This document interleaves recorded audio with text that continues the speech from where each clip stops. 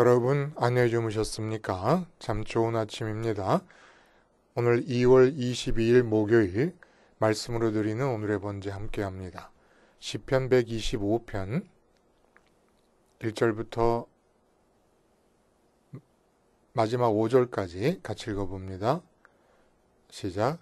여호와를 의지하는 자는 시온산이 흔들리지 아니하고 영원히 있음 같도다. 산들이 예루살렘을 두름과 같이 여호와께서 그의 백성을 지금부터 영원까지 두루시리로다.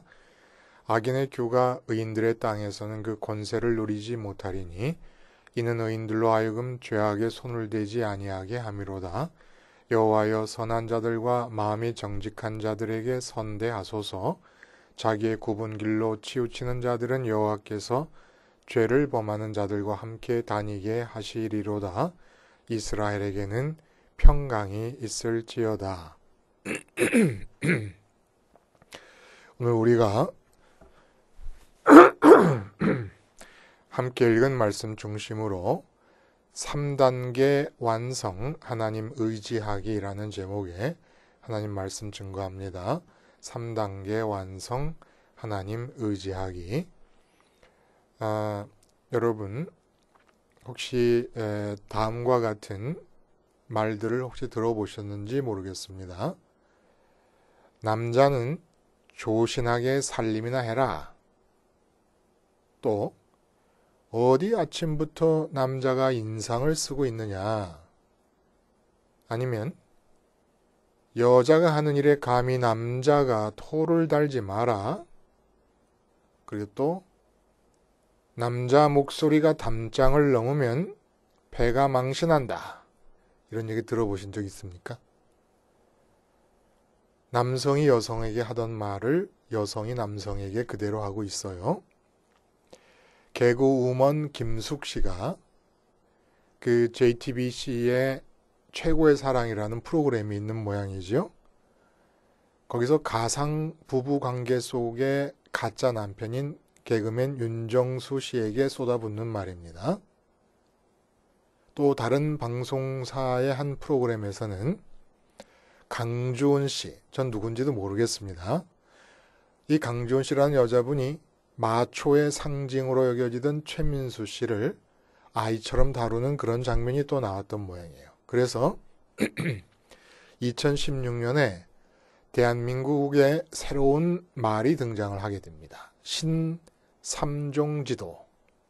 삼종지도, 세 가지로 따르는 도. 여자들에게 썼던 말이에요. 여자가 어려서는 아버지 말씀을 잘 듣고 시집 가서는 남편에게 순종할 것이며 남편이 죽은 뒤에는 아들을 따라야 한다라는 그런 뜻이지요. 근데 이제 신삼종 지도에서는 여자를 남자로 바꾸는 겁니다. 남자가 어려서는 어머니 말씀을 잘 듣고 그래야 정보력에서 아버지보다 탁월한 엄마의 말을 듣고 좋은 대학을 들어갈 수 있다는 거예요. 그리고 장가 가서는 아내에게 순종하고 그리고 아내가 죽은 뒤에는 딸들을 따라야 한다. 이게 이제 신삼종 지도라고 말하는 겁니다. 좋습니다. 삼종 지도건 신삼종 지도건 가정의 형편대로 하시면 되겠어요. 근데 이 두 경우 다 공통적인 것이 하나 있다는 거예요. 뭐냐면 3단계로 의지하기라는 겁니다. 3단계로 의지하기.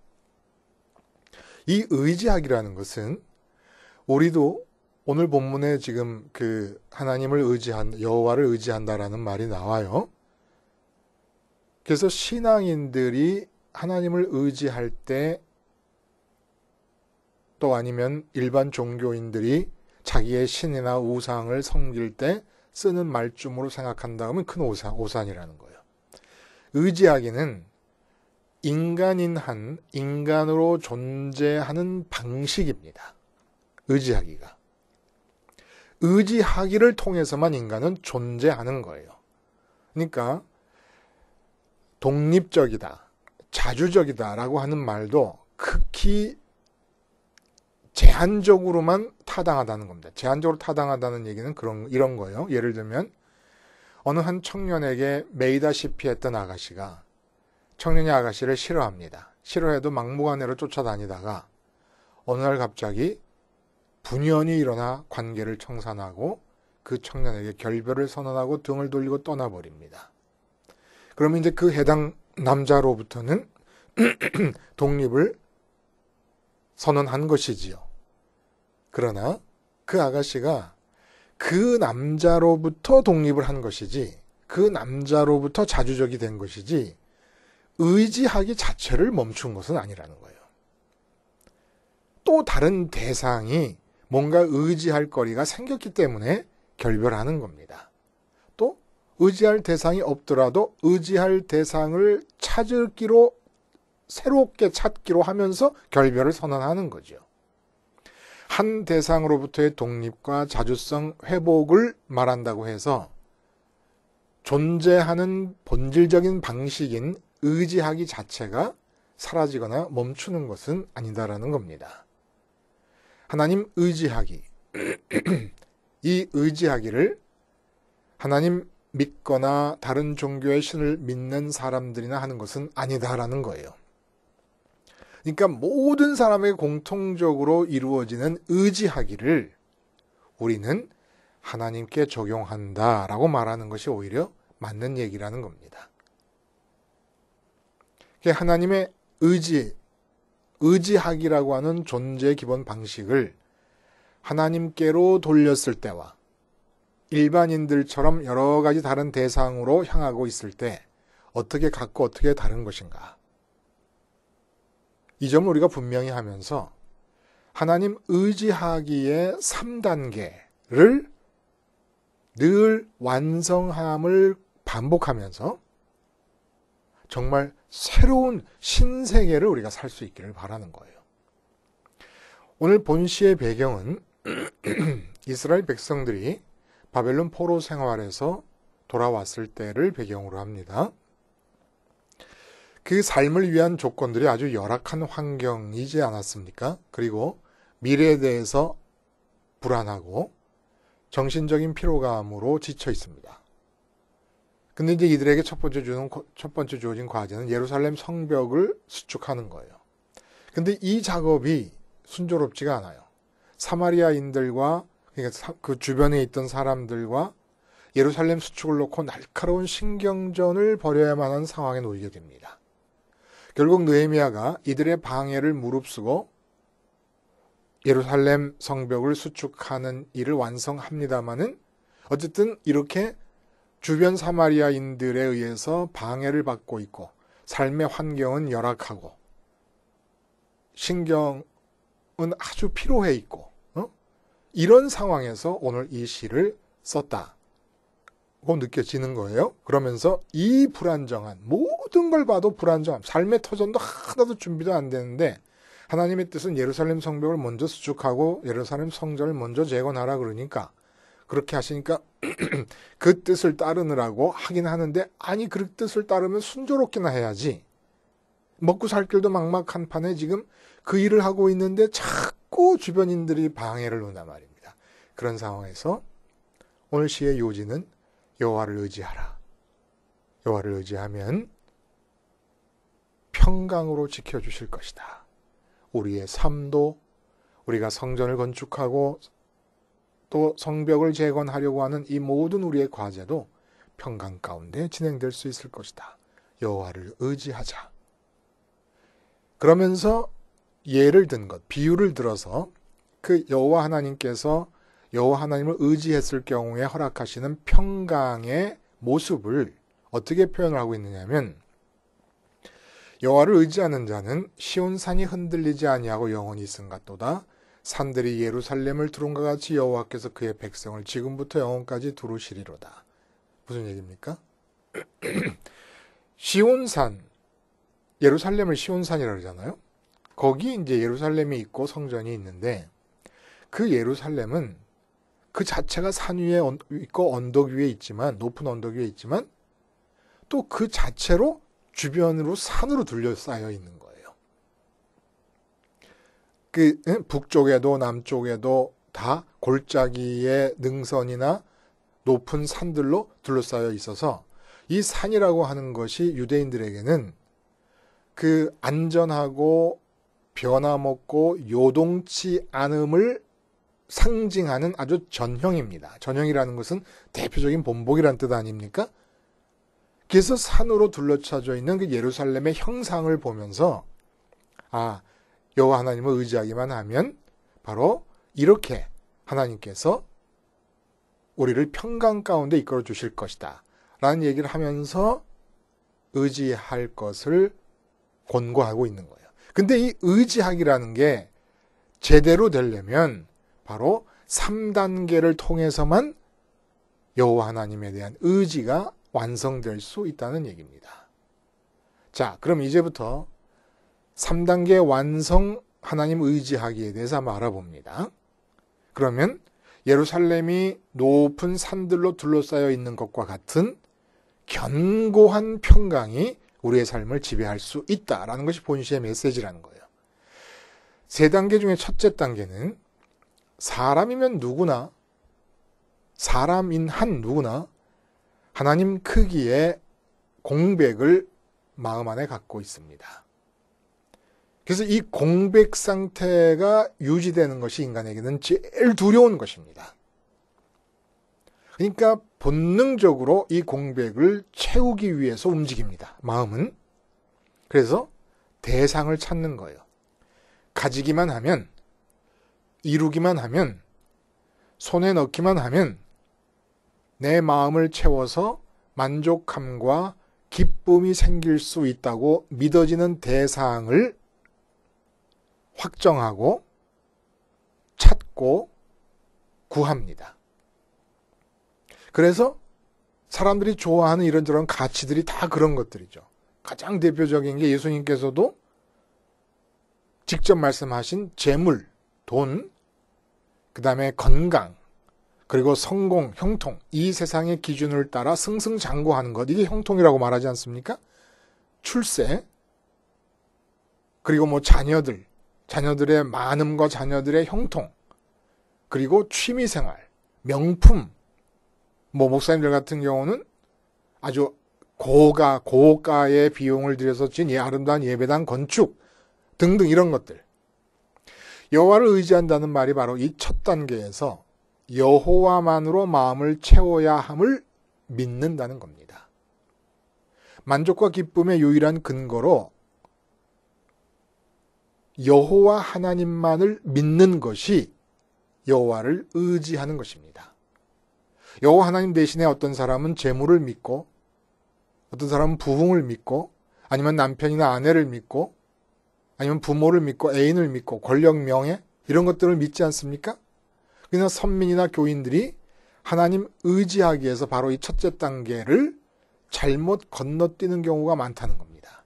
근데 대부분 경우를 보면 아예 못 배웠어요. 이 첫 단계를 배우지를 못했습니다. 그래서 예수님의 부자와 나사로 이야기를 보면 한 부자가 있어 자색 옷과 고운 베옷을 입고 날마다 호화롭게 즐기더라. 그런데 나사로라 이름하는 한 거지가 헌데투성이로 그의 대문 앞에 버려진 채로 부자의 상에서 떨어지는 그 빵 조각으로 배불리려 하며 심지어 개들이 와서 헌대를 할더라. 요게 다예요.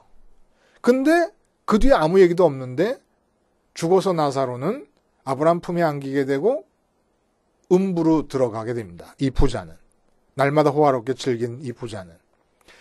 이 내용이 뭘 말씀하시냐면 첫 번째 단계 의지하기에 초점을 맞추신 말씀이라는 겁니다.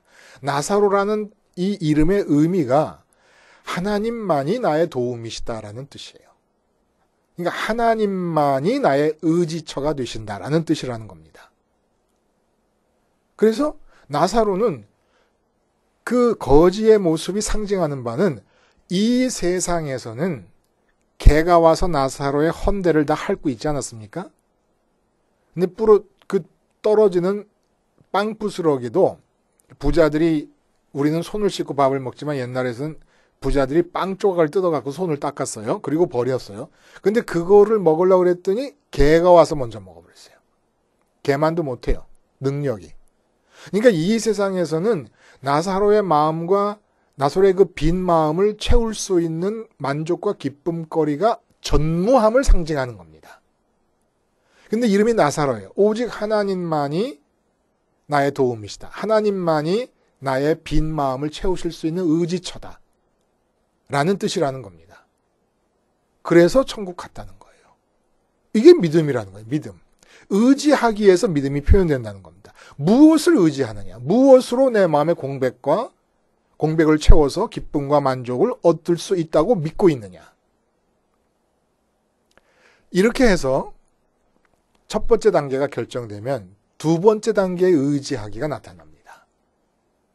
마음 공백을 채워서 만족과 기쁨을 줄 수 있다고 믿는 그 대상들을 정해놨으면 이제 두 번째 단계에서 우리가 하는 일이 뭐예요? 실제로 그것을 손에 넣기 위한 노력을 합니다. 추구해 나간다는 거예요.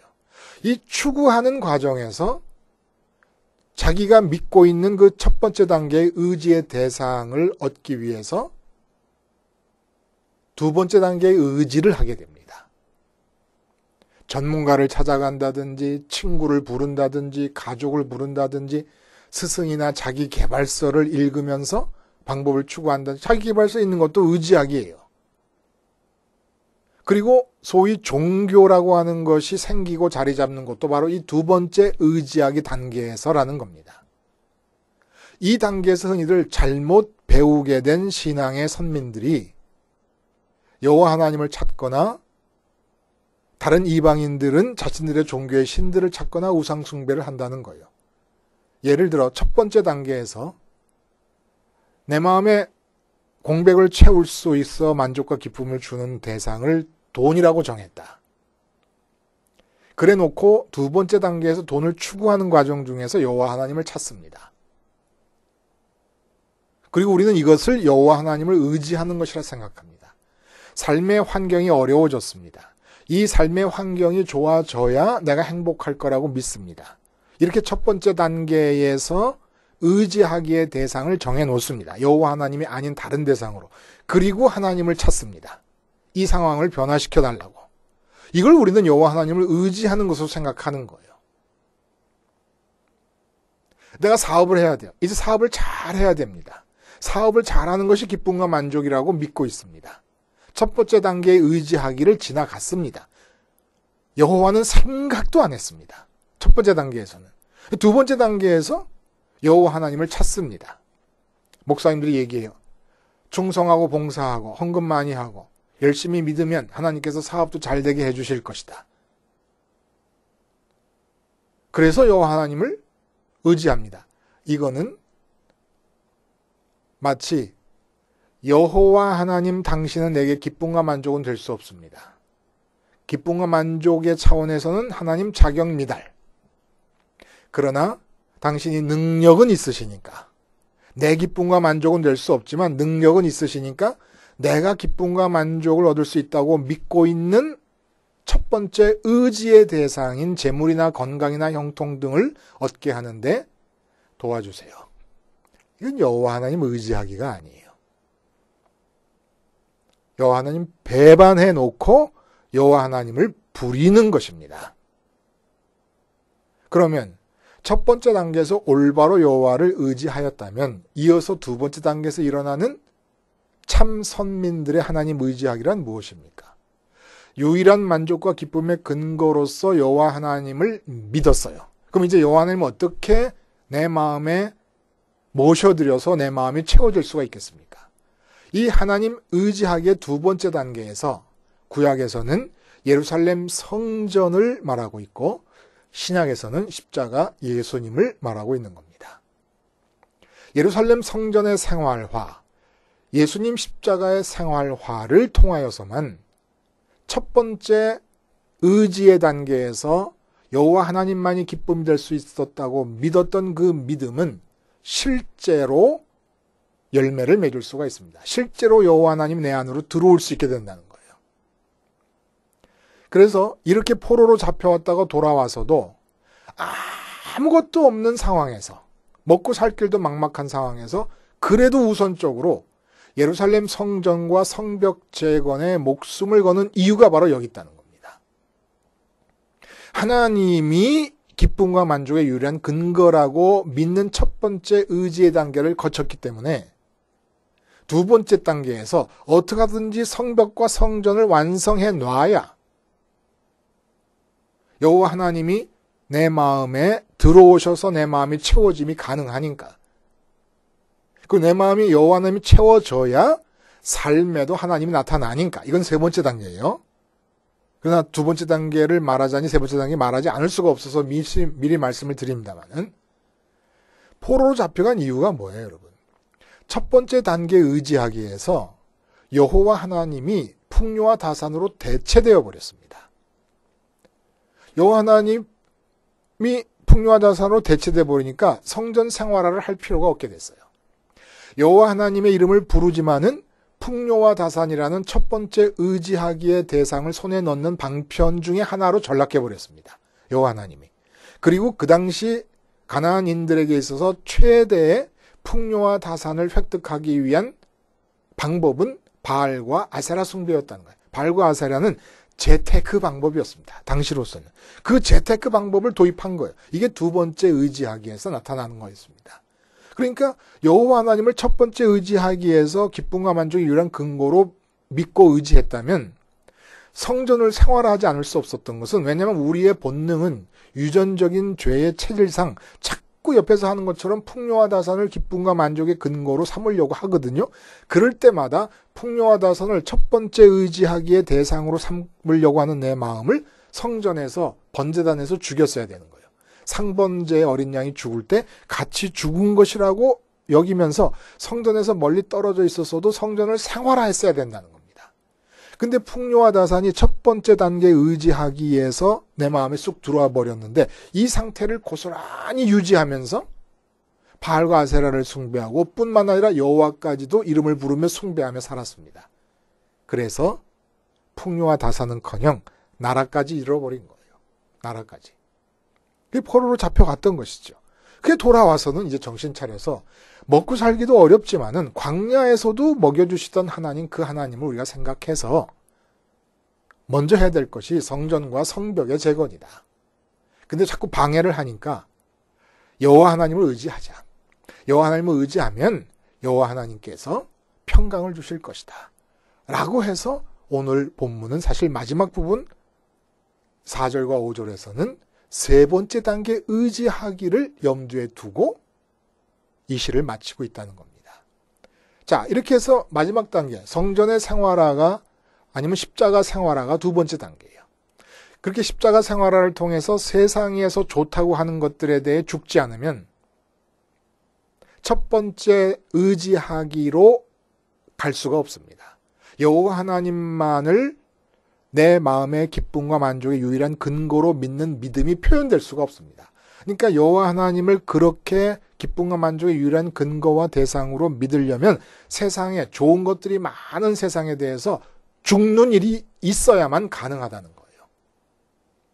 그래야 하나님께서도 내 안으로 들어오실 수가 있어요. 내 마음이 돈을 믿고 있고 건강을 믿고 있고 우리나라가 잘 되는 것이 내 행복에 직결된다고 믿고 있고 자식의 형통을 믿고 있는 동안에는 들어오실 수가 없습니다.